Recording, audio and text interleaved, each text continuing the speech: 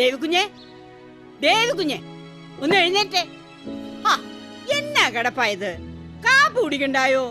മണി 10 കഴിഞ്ഞു. കഴിയട്ടെ, എഴുന്നേറ്റ് എന്നെ എടുക്കാനാ. ചേട്ടത്തി ഊണാകുമ്പോ വിളിച്ചാ മതി, അപ്പൊ കാപ്പി നമുക്ക് ലാഭിക്കാമല്ലോ. ദേ, മഠത്തിലെ അമ്മാമ്മച്ചും കുറെ അമ്മമാരും കൂടെ വന്നിരിക്കാൻ തുടങ്ങിയിട്ട് മണിക്കൂർ 1 ആയി. ആര്? കുഞ്ഞിന്റെ അപ്പന്റെ മൂത്ത സഹോദരി മഠത്തിലെ. എന്റെ പള്ളി അത് സംഭവിച്ചോ? എളുപ്പം അങ്ങോട്ട് ചെല്ല്. ആ സുഖു കുഞ്ഞിനെ കുറിച്ച് ഏതാണ്ടൊക്കെ പറഞ്ഞു കൊടുത്ത് പിരി കയറ്റുന്നുണ്ട്.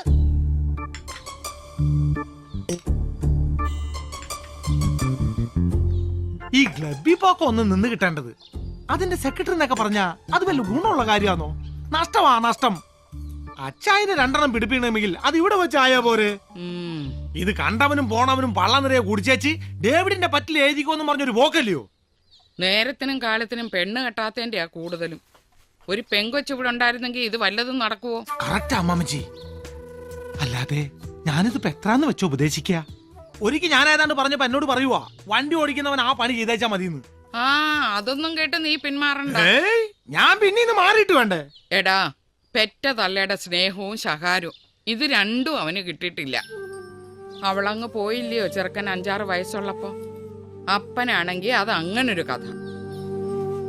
ശരി, അവൻ എഴുന്നേക്കാൻ ഭാവമില്ലെങ്കിൽ കിടക്കട്ടെ.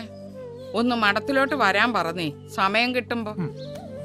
എന്നാ നമുക്ക് ഇറങ്ങിയേക്കാം. എന്താ? അതാ നല്ലത്. അന്നാമോ, ദേ വന്നേ. ഉടനെ ഒന്നും എഴുന്നേക്കുന്ന ഭാവമില്ല. അമ്മമാര് ഊണ് കാണുമെങ്കിൽ പറയണേ. ഇല്ലെന്നമ്മേ, ഞങ്ങൾ ഇറങ്ങുവാ. എന്നാ ഇത് അവന്റെ കൊടുത്തേക്ക്. റോമിന്ന് വെഞ്ചരിച്ചതാ. ഇതൊന്ന് കൊടുക്കാൻ കൂടെ വേണ്ടിയാ ഞാൻ ഇതിലേക്ക് കയറിയത്. പൊക്കോട്ടേടാ സുഖുവേ. ഓ ശരിയാ മാമച്ചി.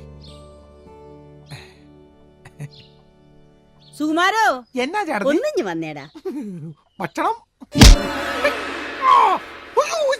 കൂടെ നിന്നിട്ട് പണി പണിയുമ്പോ നിനക്ക് നല്ല സുഖല്ലടാ സുഖു. ഒന്നുള്ളു കേട്ടോ. ആ ഇല്ല, സാറിങ്ങ എത്തിയില്ല എന്നാ ഞാനും അറിഞ്ഞത്. ഉമ്മച്ചൻ റിസൈൻ ചെയ്തു ഇവിടെ പിള്ളേരാരോ പറഞ്ഞു കേട്ടായിരുന്നു. ആ ശരി, സാർ ഇന്നിവിടെ ഉണ്ട്. നാളെ തിരുവനന്തപുരത്തിന് പോവൂ. ആ ഓ. സേവിച്ചൻ വന്നിട്ടുണ്ട്. ഈശോയി, എവിടെ? മുറിയില്ല. ഫ്രിഡ്ജിൽ നിന്ന് തണുത്ത വെള്ളവും ഗ്ലാസും കൊണ്ട് ചെറുക്കം പോന്നത് കണ്ടാ ഞാൻ നോക്കിയത്. എന്തോ പുകിലും കൊണ്ടാ. ഇച്ചിരി കടുപ്പത്തിലാ.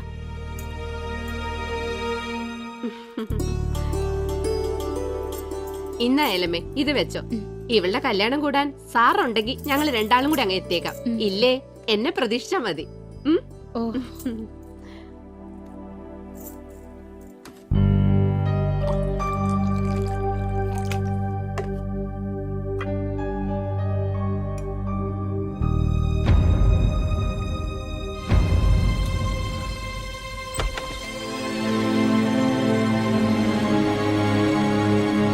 ഇതിനിപ്പോ രാത്രിയെന്നോ പകലെന്നോ കണക്കൊന്നും ഇല്ലാതായോ സേവിച്ച? ഓ, ഇനി എന്തോന്നിന് അമ്മച്ചി കണക്ക്? എനിക്കിപ്പോ എല്ലാവരും കണക്കാ. സേവിച്ചിനെങ്ങനെ കുടിച്ചു കുടിച്ച് അങ്ങനെ തീരും. അപ്പന്റെ അമ്മച്ചിയുടെയും കണക്ക് പുസ്തകത്തിൽ നിന്ന് എന്നോ വിട്ടുപോയ പേരല്ലേ എന്റേത്. ഓ, എന്നതാന്നാവോ ഇത്ര പെരുത്ത ദണ്ണം? പെരുത്ത് സന്തോഷിക്ക് എന്നതാ എനിക്കുള്ളേ. MC പോളിന്റെ മൂത്ത ഒന്നൊരു പേര്, അത് വെറും ഒരു പേരാന്നേ. മകൻ ശരിക്കും അവനല്ലേ, ബെന്നിച്ചൻ. പാർട്ടിയിൽ ഇപ്പൊ പോൾ സാറിന്റെ വലതുഭാഗത്ത സ്ഥാനം. നാളെ MLA, മന്ത്രി. ഞാൻ എന്തോ ആയി. കിഴക്കമലയിലെ തോട്ടത്തിൽ അട്ടയുടെ കടിയും കൊണ്ട് കണ്ണിന് നേരെ കണ്ട അപ്പച്ചന് കലിയ. ഉള്ളത് പറയണ്ട അമ്മച്ചി, എന്നെ എവിടെന്തെങ്കിലും ദത്തെടുത്താന്നോ? ഇങ്ങനെ പക്ഷഭേദം കാണിക്കുന്നോണ്ട് ചോദിക്കുക. സത്യം പറ, ഞാൻ നിങ്ങളുടെ മോൻ തന്നെ അല്ലേ? കർത്താവിന് നിരക്കാത്ത വർത്താനം കള്ളും വലിച്ചേച്ച് വിളിച്ച് കൂവിയാലണ്ടല്ലോ സേവിച്ച നീ. പക്ഷാഭേദം കാണിച്ചെന്ന്. നിന്റെ കൊണവധികാരം കൊണ്ട് ഞാനും സാറും കൂടെ കുടിച്ച കണ്ണീരിന് കയ്യും കണക്കുണ്ടോടാ. 10 സ്കൂളിൽ കയറിയിട്ടാ നീ 10ാം തരം പാസ്സായത്. അവസാനം കോളേജിൽ ചെന്നതിന്റെ കൊല്ലം തന്നെ കുത്തുകേസ്. തല്ലും വഴക്കും അടിയും കുത്തുമായി നടന്ന് നിന്നെ എസ്റ്റേറ്റിൽ കൊണ്ടാക്കി. അവിടെ നീ എന്നെ പറപ്പാ കാണിച്ചേ? കഞ്ചാവ് കൃഷി നടത്തി. തമ്പുരാന്റെ കൃപ കൊണ്ടാ അന്ന് റവന്യൂ മന്ത്രി MC പോൾ രാജിവെക്കാണ്ട് രക്ഷപ്പെട്ടത്. എടാ, കയ്യിലിരിപ്പ് നന്നാവണം. അതിനെ കർത്താവ് പാതിയെ കൂടത്തുള്ളൂ. ബാക്കി പാതി അവനവൻ തന്നെ ഉണ്ടാക്കണം. കൊച്ചമ്മേ, സാറ് വന്നു. ഒരു പറ്റിയല്ലോ. എന്നാ? ഞാൻ ഇയാളോട് പറയാനുള്ളതല്ലേ, വീട്ടിൽ നിന്ന് ഇറങ്ങുമ്പോ ഒരു റീത്ത് ഇടുക്കിക്കകത്ത് വെച്ചേക്കണമെന്ന്.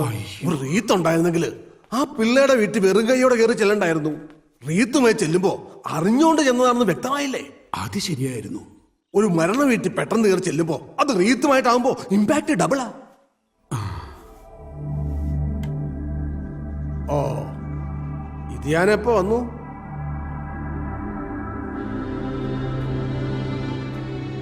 അതെ, ഭരണം കയ്യില്ലാത്ത സമയം, പാർട്ടിക്കകത്തെ ഇഷ്യൂസ് വേറെയും. ഇതിനിടയിൽ നീ ഉണ്ടാക്കുന്ന അട്രോസിറ്റീസ് കൂടെ മാനേജ് ചെയ്യാൻ എനിക്ക് പാടാം.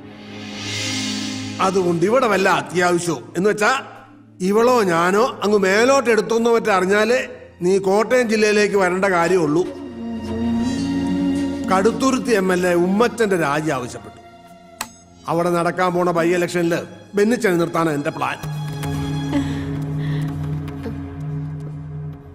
അതൊന്ന് കഴിയുന്നവരെ നിന്റെ ഉപദ്രവം ഉണ്ടാവരുത്.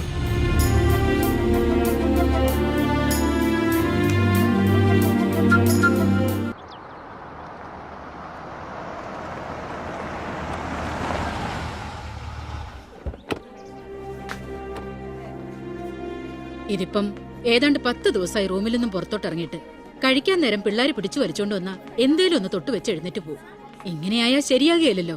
അതുകൊണ്ടാ ഞാൻ സാറിയോടൊന്ന് വരാൻ പറഞ്ഞത്. ഈ സൂയിസൈഡ് ചെയ്ത കുട്ടി അവളുടെ റൂംമേറ്റ് ആയിരുന്നില്ലയോ? ആ, അത് തന്നെയായി ഡിപ്രഷന്റെ റീസൺ. വലിയ കൂട്ടായിരുന്നു രണ്ടും. രണ്ടിനും കൂടെ ഒരുമിച്ചല്ലാതെ കാണാൻ ഒക്കുകയല്ലായിരുന്നു. ആ ഷോക്കിന്ന് ഇനിയും മാറിയിട്ടില്ല ആനി. ആനി അത് ആ റൂമിലുണ്ട്. നിങ്ങൾ രണ്ടും കൂടെ ഒന്ന് കണ്ടേച്ചുവാ. ചുമ്മാ ഒരു കാഷ്വൽ വിസിറ്റിംഗ് അങ്ങനെ തോന്നിച്ചാ മതി. ഓക്കെ.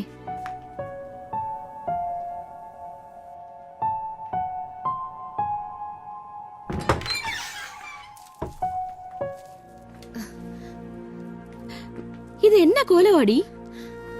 ഓ, നല്ല സുഖമില്ലായിരുന്നു. ഇതെന്നെ രണ്ടാളും കൂടെ. നിന്നെ ഒന്ന് കാണാൻ. ചുമ്മാ കാണാനല്ല, നീ ഇവിടെ കുറച്ച് ദിവസമായിട്ട് നിരാഹാരവ്രതവും മുറിയടച്ച് കുത്തിരിപ്പൊക്കെയാണെന്ന് നിന്റെ വാർഡനമ്മച്ചി പറഞ്ഞു. അതിന്റെ നിജസ്ഥിതി ഒന്ന് അറിയാൻ വന്നതാ. എന്നതാ ഉദ്ദേശം? ക്ലോസ് ഫ്രണ്ട് ഹോസ്റ്റൽ ബിൽഡിങ്ങിന്റെ ടെറസിൽ നിന്ന് ചാടി മരിച്ച കഥയൊക്കെ അറിയാം.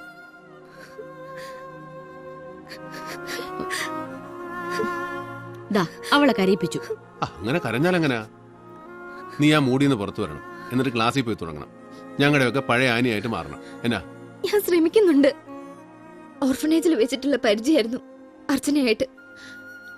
എന്നെ പോലെയല്ല, പാരന്റ്സിനെ ഓർമ്മ വെക്കും മുമ്പേ നഷ്ടപ്പെട്ടതായിരുന്നു അവൾക്ക്. അവൾക്ക് ഞാനും, എനിക്ക് അവളൊന്ന് കരുതി പഠിത്തത്തിൽ മാത്രം ശ്രദ്ധിച്ച് ജീവിക്കുകയായിരുന്നു ഞങ്ങള്. അങ്ങനെ എളുപ്പമൊന്നും എനിക്കങ്ങ് മറക്കാനൊക്കെയല്ല. വലിയ ട്രാജഡിക്ക് ചെറുപ്പത്തിലെ സാക്ഷിയാകേണ്ടി വന്നവളാണ് നീ. ഇങ്ങനെ തളർന്നാലേ അതിൽ വിഷമിക്കുന്ന ഞങ്ങൾ ചിലരുണ്ട്. അറിയാം. അവൾ ഓക്കെ ആവും. ഡേവിഡ് ചെന്നാട്ടെ, ഞാൻ കുറച്ചു നേരം ഇവിടെ ഇരിക്കാം. ഇരിക്കുന്നതൊക്കെ കൊള്ളാം. അതവളെ ചുമ്മാ പാമ്പർ ചെയ്ത് വഷളാക്കാനാവരുത്. ചെയ്യാൻ പോട്ടെ മോളെ. ആ അതെ, ഇനി ക്ലബ്ബിൽ ചെന്നിരുന്ന് ഇതിന്റെ പേരും പറഞ്ഞ് കള്ളു കുടിച്ച് നേരം വെളുപ്പിക്കണ്ട. നേരത്തെ കാലത്തെ വീട് പിടിച്ചോണം. ഞാൻ വിളിക്കും.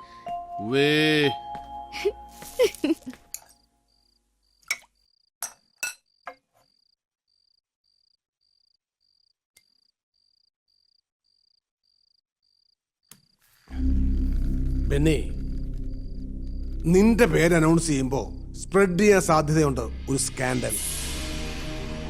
കോട്ടയം മെഡിക്കൽ കോളേജ് സ്റ്റുഡന്റ് ഒരു പെങ്കൊച്ച് സൂയിസൈഡ് ചെയ്തത്, അതിനോട് നിന്റെ പേര് കണക്റ്റഡ് ആയിട്ട്. മനസ്സിലായല്ലോ? അത് അച്ഛൻ പുച്ഛൻ പറഞ്ഞു തുടങ്ങിയപ്പോ മാതച്ചായനെ ഞാൻ നേരിട്ട് വിളിച്ചു പറഞ്ഞ ഒരു ന്യൂസ് കില്ലിംഗ് നടത്തിയത്. ഇലക്ഷൻ ആവുമ്പോ അതൊരു വെപ്പണായി മറുപക്ഷം എടുത്ത് ഉപയോഗിക്കാൻ ഇടകൊടുക്കരുത്. മറുപക്ഷം എന്ന് വെച്ചാ ഇപ്പൊ ഉമ്മച്ചനും കൂടാ. അതെ, ഞാനൊരു പ്രസ് മീറ്റ് വിളിക്കുന്നതിനെ കുറിച്ച് ആലോചിക്കുന്നുണ്ട്. മീഡിയയുടെ മുന്നിൽ ഒരു open challenge. I am sure ഒരു പ്രൂഫും ഒരുത്തനും കൊണ്ടുവരാൻ കഴിയില്ല. I am confident. എന്നതാന്ന് വെച്ചാ വർഗീസുമായിട്ട് ആലോചിച്ച് ചെയ്യും. വൈകണ്ട. എന്താ വർഗീസേ?